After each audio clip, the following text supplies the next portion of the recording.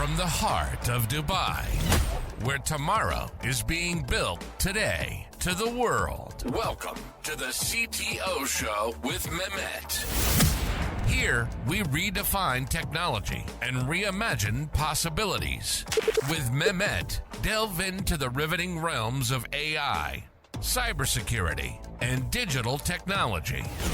Experience the thrilling highs and lows of startups. Immerse yourself in the spirit of entrepreneurship and witness the future of business innovation being written in real time.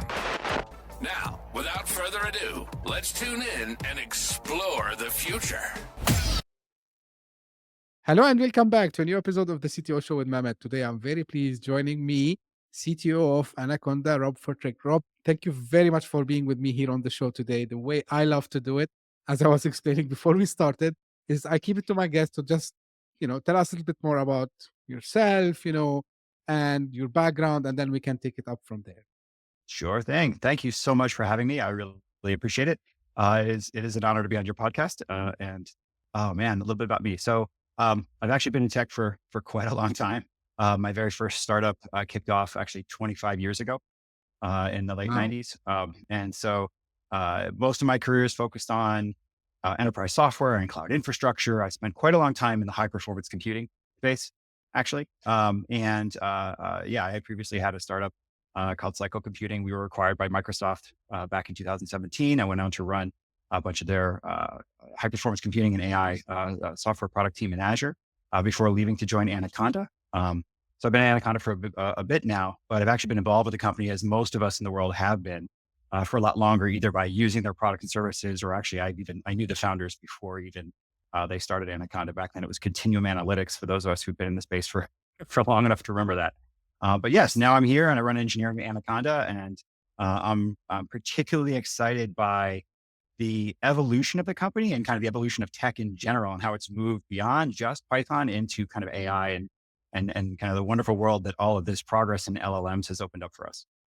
Absolutely. And I was telling you, Rob, before we started also the recording, that I'm a user of Anaconda as well. And, the nice thing that, the technology brings. So you mentioned, about how, initially people used to use Anaconda and how this is now changing with, the adoption of AI.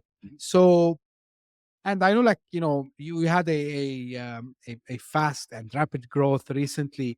So share with me a little bit, what makes people loves, using Anaconda's technologies, and what's the commitment from Anaconda to the community when it comes to contributing to its success. Oh, that's an interesting multi-part question. So, why do people love Anaconda? I think so. In general, I think people like tools that help them, that solve a problem for them, that empower them in some way, et cetera. And a lot of Anaconda's solutions actually were, I guess the term is dog fooded, in the sense that they were solving problems for themselves. And so many years ago, when Anaconda started off, they were trying to use Python to solve these problems, and they ran into issues with clean environments and collaborating across researchers and scientists and all kinds of people trying to do numerical computing and whatnot. And so they had a deep belief in Python as this tool and as this entire community and ecosystem that really could do amazing things for its users, but it obviously had these challenges. And so they made it easy. They made it easy to install Python and really to install all the tools and packages and whatnot, Python or other, that people needed to get their jobs done. And again, they used it to solve the problems that they themselves had, and then kind of made it more broadly applicable. And so at its base, what's really powerful about Python is the community. It is the millions and millions of people that are working to generate new libraries, new packages, to solve new problems, and to share that work with other people. It's the open source power that goes way beyond just Python. And what Anaconda did was they just connected people to that open source ecosystem. And we supported the ecosystem itself and all those community developers. And so as new people are trying to get into Python and they want to get a new project started, they make it, Conda and Anaconda make it very easy. We could go on to the evolution of developers as they go beyond like the hello world kind of apps, and as they grow into more complicated environments, more complicated systems that they're developing, how they work with others, how they publish that work, how they reproduce that work. And you kind of go up the stack of challenges there. And Anaconda kind of has capabilities that help people at each of those levels. And a lot of that is available for free. It was donated back to the community, like Conda itself, and a lot of the other features that Anaconda packages up. Now, how we supported the ecosystem, I mean, obviously the projects that we donate back to, we're deeply involved in many open source projects where there's things like Beware, Numba, Panel, and kind of on and on, Bokeh, you name it. We are also active in many others. And we work with a lot of open source developers and even commercial companies, whether it's NVIDIA or Meta or others, on their Python or open source contributions. But we also donate financially. Anaconda has actually donated millions of dollars to various open source efforts. We do a lot of hosting and operations for open source projects, whether it's Conda Forge and others. And so it's kind of a deep ethos or deep in the ethos of Anaconda. We believe in open source and we believe in why supporting open source and supporting those communities is good for everyone, including Anaconda. Fantastic, and I'm always fan. I'm maybe biased because I've used it, and how easy it is. But now recently, Rob, if someone goes today on your website, they will see that Anaconda is saying that we are the operating system for AI, right? So, and of course, like AI is on, top of mind. So, why there is a special focus from the company side to democratize AI? And so because open source actually, and you mentioned this like just few minutes ago about like how it helped the community in getting a clean Python environment, in getting these nice libraries, when we talk in the sense of data science and so on. So now with AI, you know what is the main motivation for Anaconda, and how you are hoping to leave an impact on the tech community? Oh, that's a good question. I also personally kind of like the OS for AI framing, because OS can stand for operating system, but can also stand for open source. So it's a fun little wordplay there. But it's Anaconda, and most people around this space have been doing this stuff for a long time. I think sometimes get a little I don't know, they have different reactions to the kind of recent focus on AI, because, they've been doing AI. This is not a new thing, right? AI has been around for a long time. The recent evolution in LLMs and the fact that those have gotten very, very useful and can do amazing things in the last couple of years has definitely shifted the focus. But this has been a long journey of applying the right tools to the right problems. And so for a lot of our users, we've been helping them with AI and machine learning and whatnot for, over a decade. And so there's a deep relationship with a lot of our customers already to solve these problems. And so some of that is just leaning into the evolution of those technologies and the evolution of kind of the technology across the world. That said, it's, it's the same general pattern of recognizing that there is this amazing technology and this amazing community, and that it will free people to solve problems in a way they couldn't solve them before, empower them, and enable them to do great things. But, they can use somebody to help connect them to those technologies, to make them accessible, to make them secure, safe, repeatable, enable collaboration and reproducibility, and all the kind of benefits that Anaconda brought to data science. Now we can just extend that to people leveraging these AI technologies as well, particularly open source. And it's the same ethos, the idea that this large community that is pushing forward these advancements in LLMs and deep learning and kind of all the other kind of AI technologies is going to, push the state of the art. Mark Zuckerberg's recent Llama announcement, where he kind of extolled the benefits of open source. Why is Meta so into open source? Why do they think this is the right way forward? That was kind of like, yes, of course, that's exactly how we believe this should be and why it's so important. And so we're really just trying to, in some ways, we're really just trying to repeat what we've done before for Python and data science in this kind of new realm. But it's in many ways something we've already been doing for our users. We're just being a bit more explicit about it and a bit more public about it. Absolutely fantastic. Like it's good you mentioned about Llama and the announcement from Mark Zuckerberg.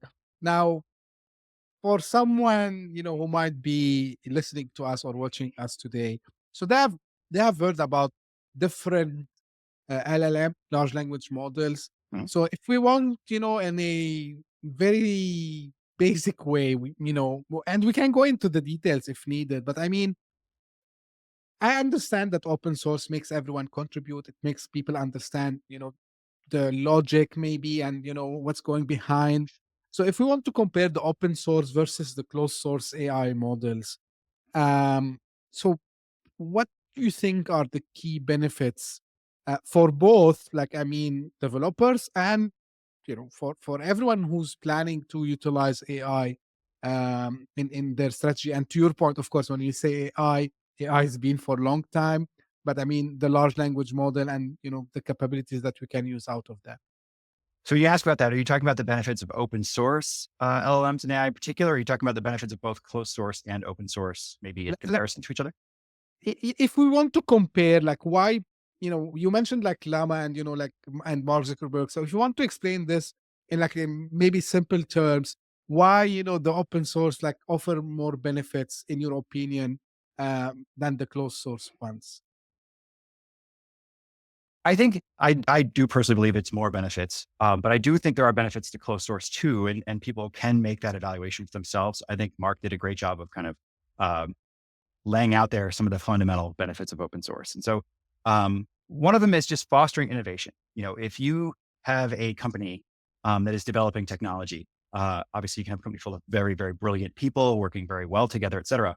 But some of it's just a numbers game. If you have a large ecosystem and you have a large community of people that are all collaborating and all kind of pushing things forward, it's in some ways, this may sound a bit weird, but it's almost like capitalism. You have all these people that they're starting their various companies, they're starting various services, they compete with each other, they push each other forward. Whether it's commercially, they're trying to out business the other person, or whether it's just for recognition and for impact, whatever. But I think that community is what drives innovation, and so you can have that innovation and that community and whatnot within a company, or you can have this broader ecosystem. And so I guess I personally wouldn't want to compete with millions and millions of people all working to push the state of the art forward. I think that is a elusive proposition in many ways. The other things about open source, though, is um, because it's open, there's a level of understanding and clarity and trust there that I think can it can affect people in a bunch of different ways. Everything from security, I can actually look at things and I can audit them and I can understand what's going on, to freedom. So if I can take this stuff and I can do with it what I want, I'm not constrained, I'm not restricted. And if the effort goes away, then I could at least have the technology that I could fork and I could maybe I could do my own thing with it. And so that freedom gives people a lot of flexibility in how they adopt these technologies, how they apply them, how they drive them forward, how they integrate them. Many years ago, at a startup, we were a startup. And so we actually, it's funny, this is like 2004, 2005 timeframe. We were using JBoss as our model at the time for how you could commercialize open source. JBoss has been acquired by Oracle. And so what we were doing was we were like, hey, we can actually contribute enterprise features back to the open source projects. And we could provide support, and we could provide community support in addition to like product support, things like that, and push this forward. And we had customers who were already using these open source technologies that were great. They finally had somebody to call and answer the phone at midnight on a Friday when something went down. But they were worried about the extensions that we were providing on top of the open source. And so they actually made us put our code in escrow. The idea was we're a startup company, we're a risky bet. And if we go out of business, they didn't want to have that technology bet. And so they made us put our code in escrow so that they had a way forward with the code should we go out of business. And so with open source, like you don't necessarily need that. You have the code itself, like you can actually do that. And so I guess in a lot of ways, for me, it comes down to the innovation that the open source community drives. I just think competing with that level of intensity, that level of passion, that level of vision, and the flexibility of it being open means that kind of discovery, that kind of graph traversal of innovation, is in my mind almost inevitably going to be better. And I think we've seen that in in the past couple of decades of open source, in particular Anaconda's experience. Absolutely. Now, one topic I want to also touch base on, Rob. So when we talk about providing open source LLMs, so and I'm interested to know like how at Anaconda you're trying to tackle this. Um, so when we have all these sources, I'm curious to know if it's the same way as, when we do, for example, for an open source operating system like Linux, for example. So there's Mhm. someone that goes and check this for the quality, security of the open data and the models, right? So what are the not in details, of course, but some of the measures that you take to, ensure the quality and the security of these models, and again, like protect against maybe misuse of these resources. Oh, interesting. So just when you say misuse, um, what do you mean? Do you mean, well, I'll put it this way. What I'm hearing you say is people who are then getting access to these open source models might use them for nefarious reasons or Mm, use them in a way right, unintended by the creators. right. So that's interesting. Let me get to the first part, which is what are we Sure. doing to help people access these open source models? And then we can talk about the misuse. So to access them, we actually have a product in beta right now called AI Navigator. It's an example of the kind of stuff we're doing. But the idea here is, again, conceptually, you can just say, what did Anaconda do for Python packages and the broader kind of development environment management through Conda and others? There's hundreds of thousands or maybe even millions of open source projects out there, and Anaconda tries to curate them to some extent, to provide secure builds and to evaluate them and whatnot, so that when people get them from Anaconda, as opposed to maybe directly from the open source community itself, there's some level of validation, verification, et cetera, that we have provided. And I'm not saying that that's better. You have to understand which is good for you. You know what I mean? Like you may not have those requirements, et cetera, but for people that want to have a secure environment where they have some provenance or they have some certainty over the provenance of the code that they're installing, they have tools that, Central IT has tools that they can have some kind of governance over the open source projects that are being used within an organization, so they even know what's being used. They can control things like security violations and whatnot. Anaconda does all of that for the broader Python ecosystem, and we provide those tools to IT. So now you're getting to data and models. It's the same idea. We want people to be able to access these things with some level of validation, of certification, et cetera. And we want to give central IT the tools to make sure they understand who's using what, how they're using it, is it appropriate, so that they can safely and securely connect, all of their developers, all of their knowledge workers, all of their AI application developers. Side note, we'll come back to later. One of our goals is to drastically broaden the number of people that can actually access these technologies and use these technologies, so that you don't just have to be a developer, that these tools are available to a broader number of people. Again, that'll drive innovation and make the world a better place for everyone. But coming back to the point there is you want to have, we want to connect people to these broad ecosystems in a way where it isn't just the Wild West, but they have some control. So AI Navigator is an example of how we've done that. We actually curate the models there. We quantize them, make them available on different devices. That is another goal of ours, is to also connect these people how they want to be connected. So that could be on a mobile device, it could be on a laptop, it could be on a desktop, it could be cloud, it could be local, you kind of name it. We want to connect our users wherever they are to, to the broader Python ecosystem, to the data and the models that they want, in a way that also then enables those data and models to then run in the locations that they want them to run. So AI Navigator is a tool that now allows people to do that, but that's just an example of the kinds of end user tools that we're providing or will be providing to connect people to those models, but also the kinds of governance and kind of more corporate management tools that we'll be providing as well. Fantastic. Just, one curious question that came to my mind now. Are you seeing more use cases for people to run these LLMs locally, like even on? I'm seeing crazy things on X mainly, because it's where the geeks, are usually, and people are running, like mind blowing Yeah. experiments, and even building great products, just running the LLMs on a laptop, like a Yes. MacBook or whatever. So are you seeing like more people going this rather than, traditionally people going to the cloud, or maybe, uh, what, just like out of curiosity, like what have you seen in the community, the adoption so far? I have to look at the data. I don't know if I'd say more. I'll stick maybe to the belief or feeling at this point, is that there is a ton of pent up demand there, and there's a real need for these things to be available and accessible where people want to run them. Not again that there isn't a reason to run them in the cloud or in maybe those kinds of traditional ways. It could be access to the right infrastructure you don't have. a fleet of the latest NVIDIA hardware in order to run, massive inferencing at scale or to train your own models. And so there are physical concerns, but I think, yes, we are seeing a huge demand. And actually, one thing that's interesting for us is that, we have our own chat assistant, kind of coding assistant, the Anaconda assistant. That runs in our cloud notebook, but we also have a way that you can install that assistant locally. So people running Jupyter notebooks locally on their laptops, their desktops, whatever, can install our chat assistant. Now, obviously, it does connect back to our cloud services, but they're still able to run that locally. They aren't forced to migrate their development environment to the cloud in order to access that. And the growth in the local assistant has far surpassed the cloud assistant. And that was my thesis originally a long time ago, was that there are a lot of people that do want to work locally. That's you support them in their journey, which almost always starts off locally. Not always, but a lot of times starts off locally. And then maybe they then scale to remote as their needs grow, as their sophistication grows, whatever. And that was borne out by the assistant that we have available in both places. And I think also by the feedback we've gotten on AI Navigator so far is making the stuff accessible. It's going to come down to what is the problem you're trying to solve? What is the conditions under which you're trying to solve it, who you're trying to solve it for? And what I mean by that is you could be in a situation where your users themselves are running in situations where connecting to a cloud service necessarily isn't actually something feasible. Maybe it's a latency issue. Maybe it's the interaction pattern they're going for, the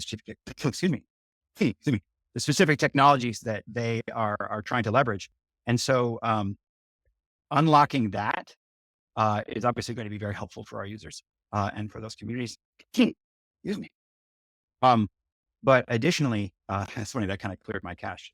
But yeah, as far as like, am I seeing more? I don't know if I have the data to back that up so much as I just have other situations in which we've supported local development, local access, and seeing kind of a very excited adoption and a very excited reaction, and my own kind of intuition around the kinds of problems that our users are trying to solve. We also have users directly asking us to help them solve some of these problems. Anaconda has always had a large presence in local kind of development and application deployment. And so it just kind of fits with our experience that there's going to be a pent-up demand there. One other question that also just came to my mind. Um, is this helping somehow some of the startups, let's say, who relies on maybe other big companies APIs to have their kind of, maybe at the beginning kind of a backup in case that APIs goes down for a reason or another, or maybe if we know this happened a lot of times where the pricing change and they hit the wall. So is this something that can help people building AI Absolutely. application? Yes, absolutely. So, excuse me. You touched on a couple other reasons why this is important. So, you have to, how do I think about this? Okay, I'll put it this way. In my positions, a lot of times I'm involved in assessing technologies that we want to leverage or that we want to build.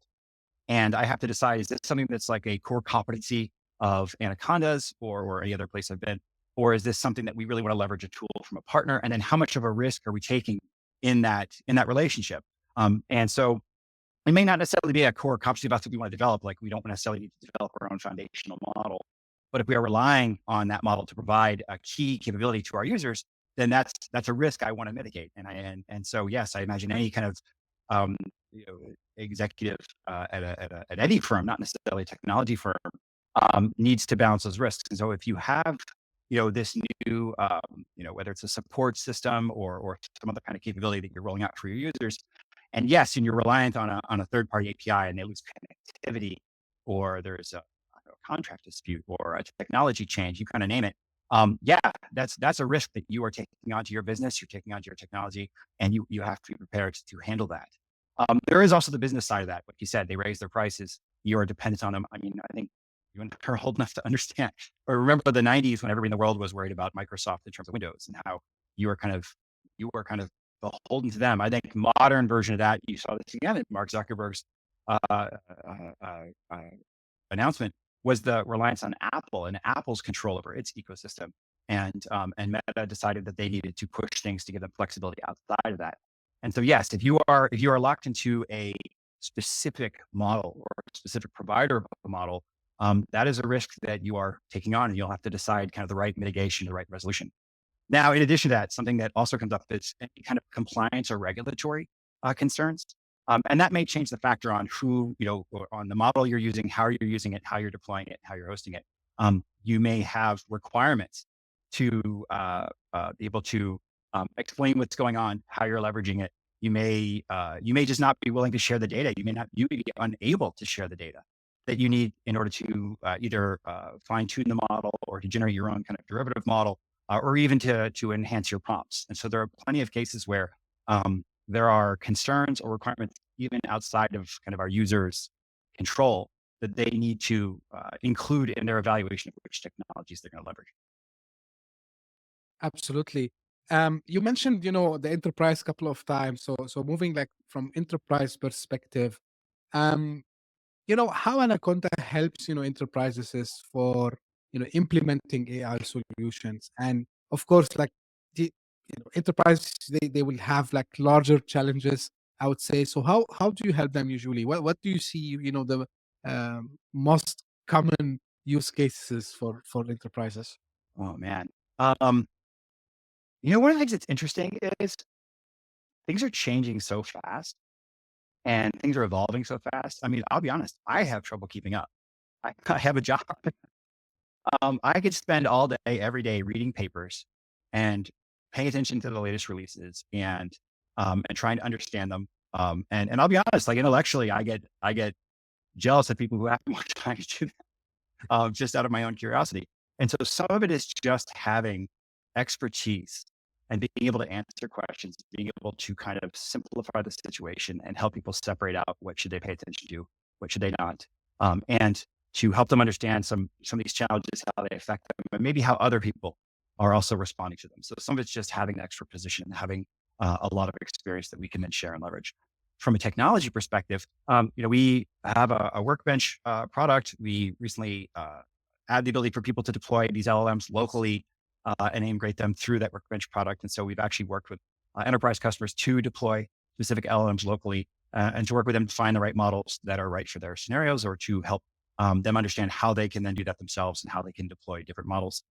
We've also helped connect them, just the normal Anaconda stuff. We've helped connect them to the broader Python, kind of ecosystem, whether it's the latest libraries. It could be PyTorch, it could be TensorFlow, it could be LangChain, it could be any one of the kind of rapidly iterating um, uh, uh, packages there that allow them to investigate or integrate these technologies, or even things like our partnerships with NVIDIA, where we recently updated the Anaconda distribution to include the entire CUDA development kit for people that are looking to leverage those libraries from NVIDIA in order to develop these technologies on their own. So it kind of spans the entire gamut, everything from the very basics, giving you access, all the way up through our enterprise products that contain actual capabilities to deploy LLMs locally, to just the expert advice and kind of guidance and consultation that Anaconda can provide. Fantastic. I gotta make a comment at the end about the fast pace, but for now, and as someone who worked in with enterprises is mainly, so the number one thing that usually they focus on is, okay, we want to see this return of investment, the ROI, for what this AI strategy or strategies that they decided to have. So um how have you seen them, measuring this ROI, and Mm. what are like some ways that they, usually you advise for them to maximize this ROI? Oh, interesting. Okay, so for the first part, so yes, I like to try and make things concrete. I'm not unique in that or anything like that, but just for me. And so when we talk about this gets back to the comment I made earlier. Like, I like to identify specific problems and specific capabilities that people need, so that you get what you measure. And so if you have some sense of what you're looking for, then we can talk about how we either accelerate it or we increase it, or we whatever kind of dimensions we need to affect.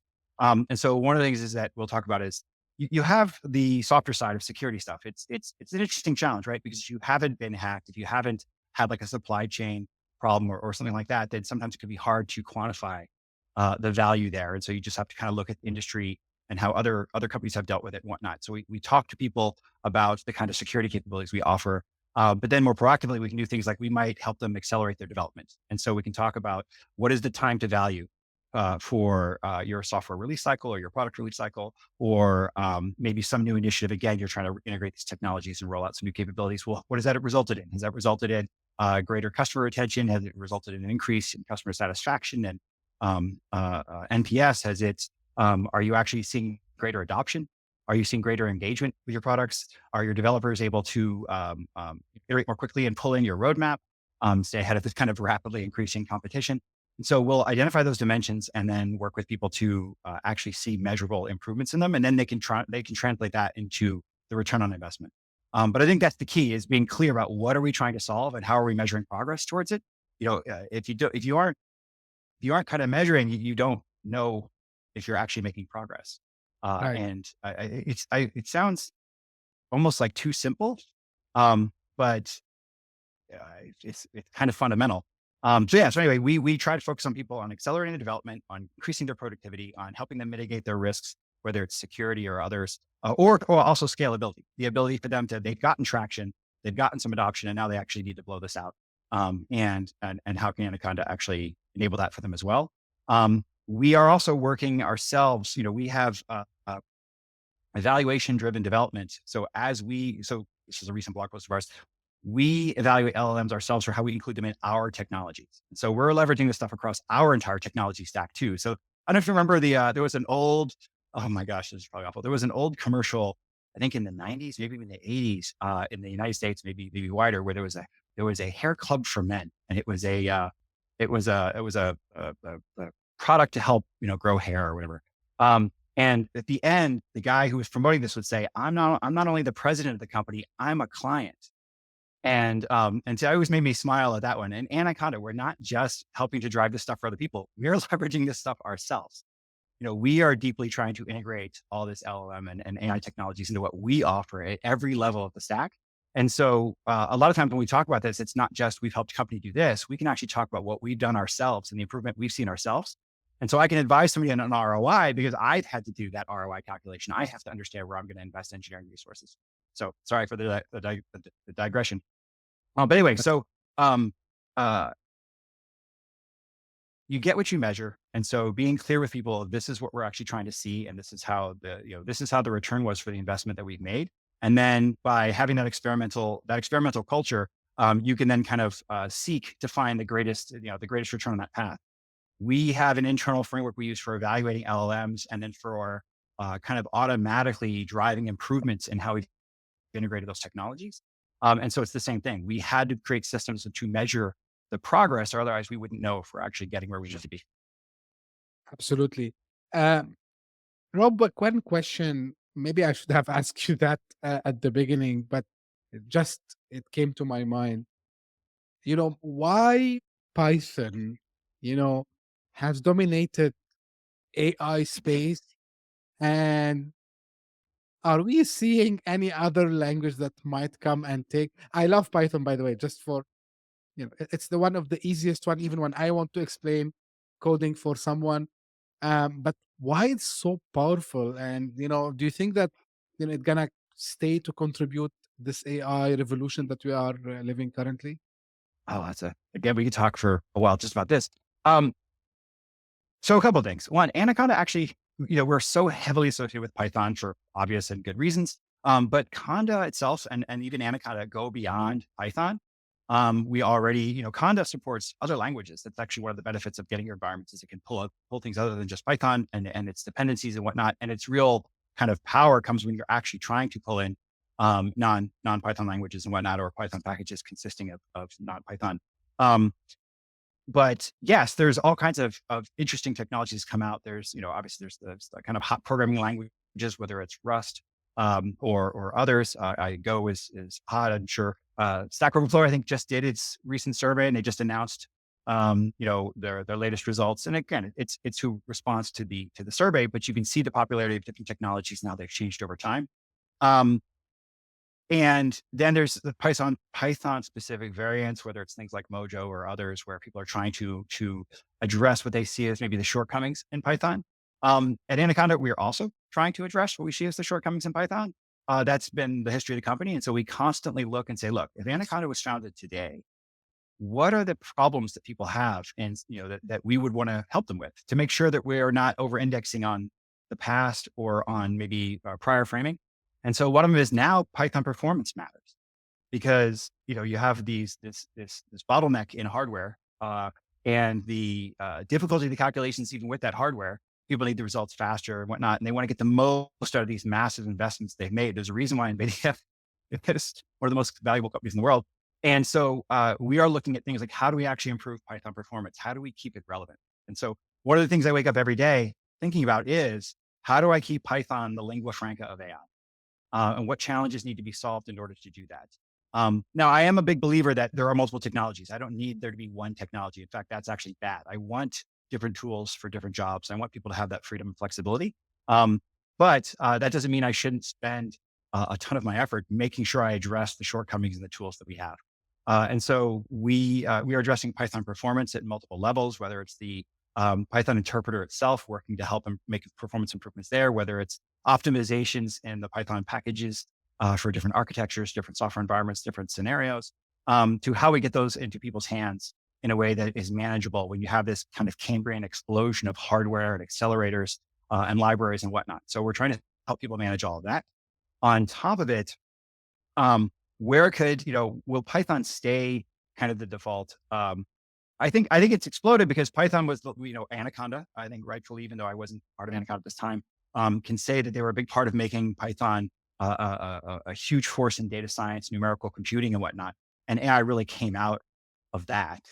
And so as a result, at least the current LLMs and everything else came out of that. And so as a result, Python, kind of rising tide lifts all boats, kind of came along with it.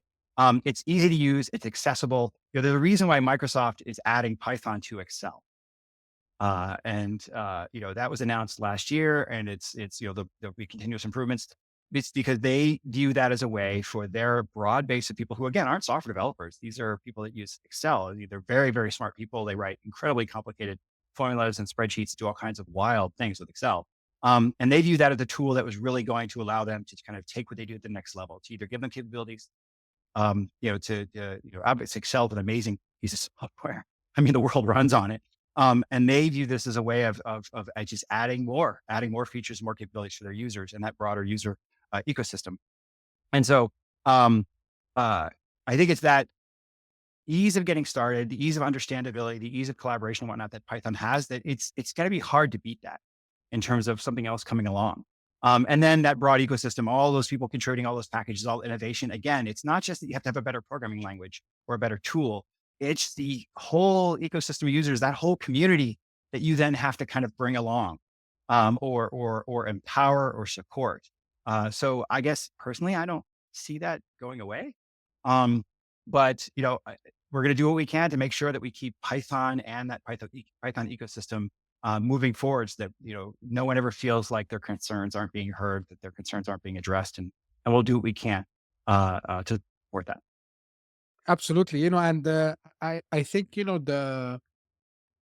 from someone who's not too much technically immersed in machine learning and AI, but, I have like basic programming knowledge. So what I have seen is, the amount of libraries and the amount of contribution from the from the community, because it's an open source, to your point, as we discussed at the beginning. So made Python, it's not like, I would not say unreplaceable, but it's like kind of the de facto machine learning, data science, and AI to go, because it's super easy to learn, and you can teleport it, the way you want to different. And of course, what Anaconda does, it helps in doing this also as well. Now, the question that I still have, and this is why I laughed after you said about following up on the changes. Of course, we know that and that we repeated this multiple times here on the show. So of course, what happened, let's say late November 2022, which with the release of ChatGPT and so on. So of course, AI was there long way back, but things started to change very, very fast since then. And there's no day without hearing about something new coming.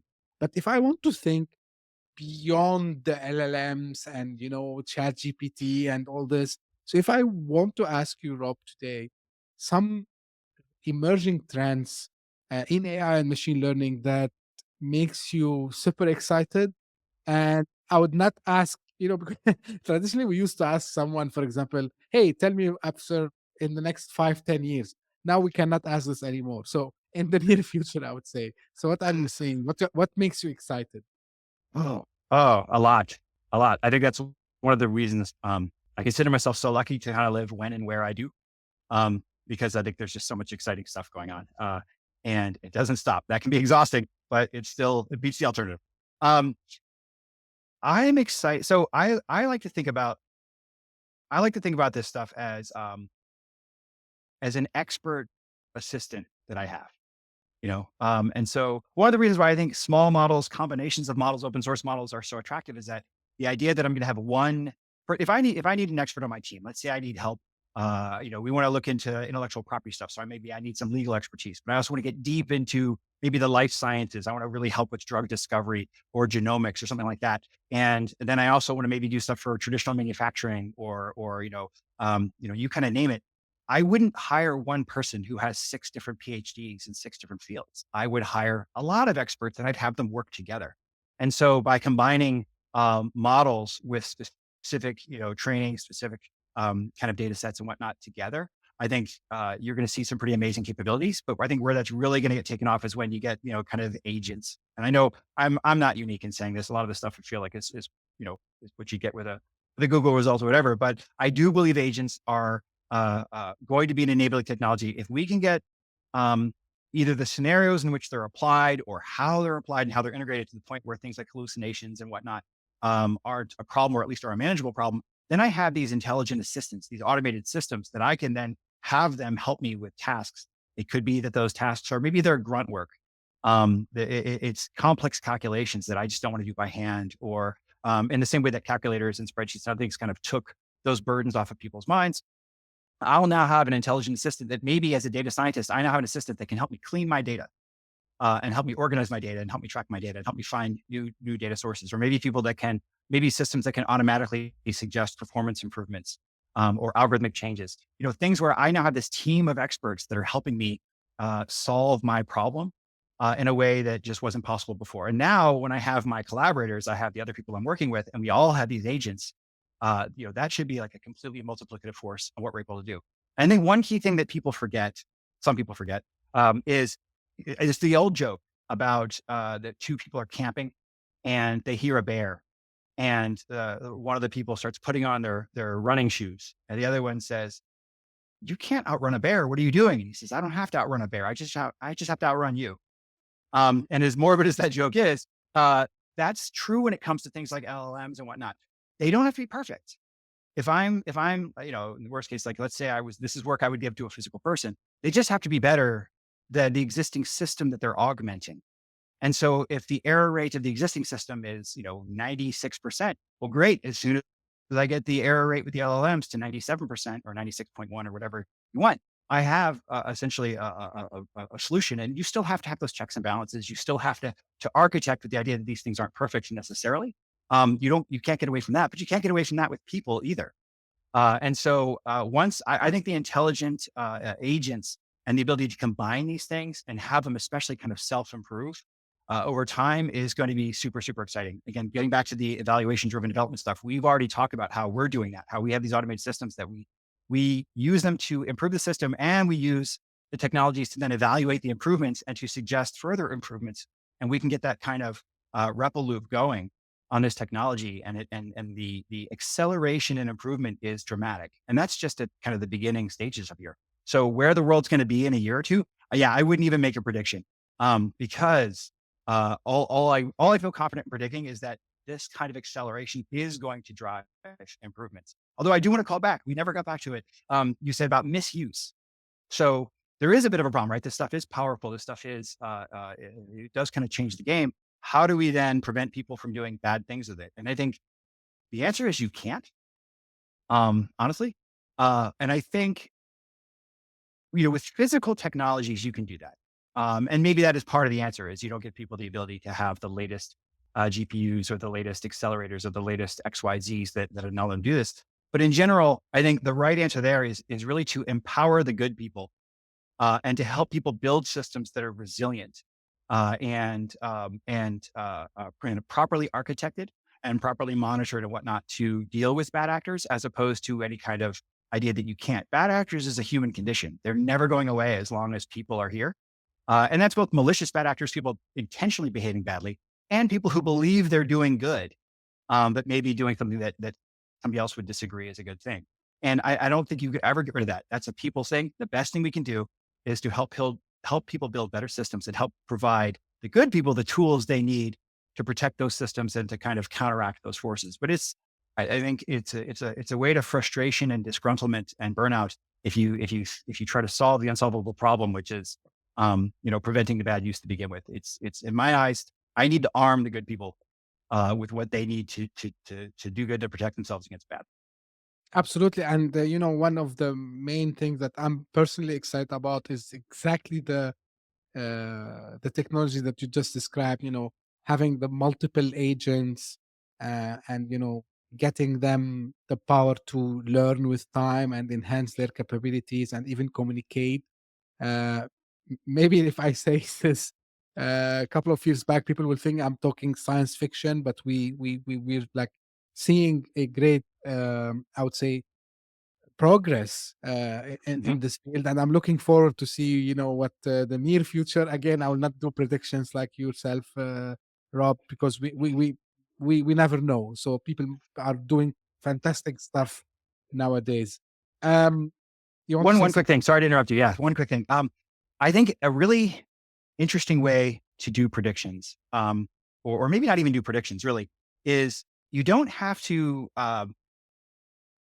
go for like fourth, fifth order effects. You don't have to really get. I don't even say creative. You don't have to really kind of imagine this wild future. A lot of times, just take a current trend and just extrapolate it out and assume that the trend is going to hold. Kind of like a Moore's law thing. I'm pretty sure it was Nathan Myhrvold, I believe, was the original CTO of Microsoft. He had like an interview in the late '90s, and they were talking to him about, you made all these amazing predictions, and how did you see the future? And his response was, I didn't. I didn't see the future. I just assumed the same technology trends for processors and memories and storage that had been in place for a while were going to continue. And I just said, okay, well, if they continue, what does the world look like in 5 years? What does it look like in 10 years? And I made predictions saying, okay, in 10 years, we're going to have this much compute power, this much memory, the costs will ease. So let's prepare for the world as it might be when those conditions are met. And so some of these things, you don't have to necessarily imagine these wild things that that have been invented and everything else. You just have to look at the rate of change and what impact that's already having, and just assume that trend's going to continue.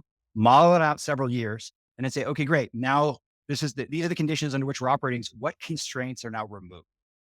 Is this accessible to more people? Is it something that the cost is lowered so I can integrate it into supply chains or products where it was never cost effective before? The way that the mobile phones going worldwide drove down the cost of certain chips, and now you can incorporate them into drones, and now you can incorporate them into all kinds of things that weren't necessarily economically viable before. And so again, I don't think you have to get wild on the invention side. You just have to understand the trends, model them out, and then just have the confidence to say they're going to continue. And if they continue, what's the world going to look like? And how do we then behave in a world like that? And it's shocking how many things seem wild or science fiction or whatever if you think about them that way. But then just think of how the world's changed in the last 20 years, and suddenly it becomes a lot more approachable and a lot more understandable. 100%. I can't agree more with you, Rob, on this. And this is why it's not like something that personally I don't get surprised. I just get shocked by, oh wow, they did it. Like I expected. you know I'm not shocked because I thought like it's not possible, but yeah, like when it comes like faster than I expected, or I see it working, it made me like say, oh wow, like this is the wow effect, as we say. um Rob, I think we covered a lot today. So, but if you want to leave us with maybe final thoughts, or you want to tell us like where people can interact with you, and of course Anaconda website is very well known, but still I would ask you, for like final words before we close. Sure thing. Yeah, thank you. I found this a great discussion, and obviously we had plenty of topics we could keep talking for a lot longer on. Um, You know, yeah, I'm active on all the normal socials and whatnot, and so I'm always happy to interact with people there. I do try to go to different conferences and whatnot. I'm always happy to talk about technology and my thoughts. I love hearing from other people because there's always a perspective or an insight or something that I don't have, and that gets me very excited. As far as Anaconda goes, I think we have a lot of amazing stuff coming out later this year. Even in the short term, things that we've already either announced or they're coming out shortly. And so I would say pay attention. Everything from the kind of an LLM technologies to the Python performance issues to kind of the evolution of our data science offerings and whatnot. We've had fantastic growth. You mentioned this at the very, very beginning, and I didn't really respond. But we've had almost 100% growth in our business over the past year, and adoption of our stuff obviously is even wider given the nature of our business. And so I think we have a lot of exciting things that are driving that growth. Yeah, I hate to tease you so much, but there's a bunch of good stuff coming that we have to wait till it's out to talk about it. And then otherwise, yeah, I look forward to hearing from people and from continuing to see just what comes out of what comes out of the current technology evolution. Absolutely. And again, thank you very much, Rob. I know how busy things can get, and you took the time to be with me here today, so I really appreciate that. And I appreciate also your insights about all the things AI, whether it's like the Python language itself, whether it's the large language models, the open source, and all the nice things that I'm, as I said, I'm a little bit biased because I'm one of the fans of the technology. So again, thank you very much for the time. And this is how usually I end, my episode. This is for the audience. If you just discovered this podcast, thank you for passing by. I hope you enjoyed. If you did so, please subscribe. We are available on all podcasting platforms, and we are available on YouTube also as well. So give us a thumb up and share it with your friends and colleagues. And if you are one of the people who keeps, listening to us and watching the show, thank you very much for doing this. And keep sending me your comments and suggestions. I really enjoy reading them. Thank you very much for tuning in. We'll meet again very soon. Bye bye. Hit that subscribe button, share the show with your tech-savvy friends and fellow entrepreneurs, and leave us a review on your favorite podcast app. Your support means the world to us.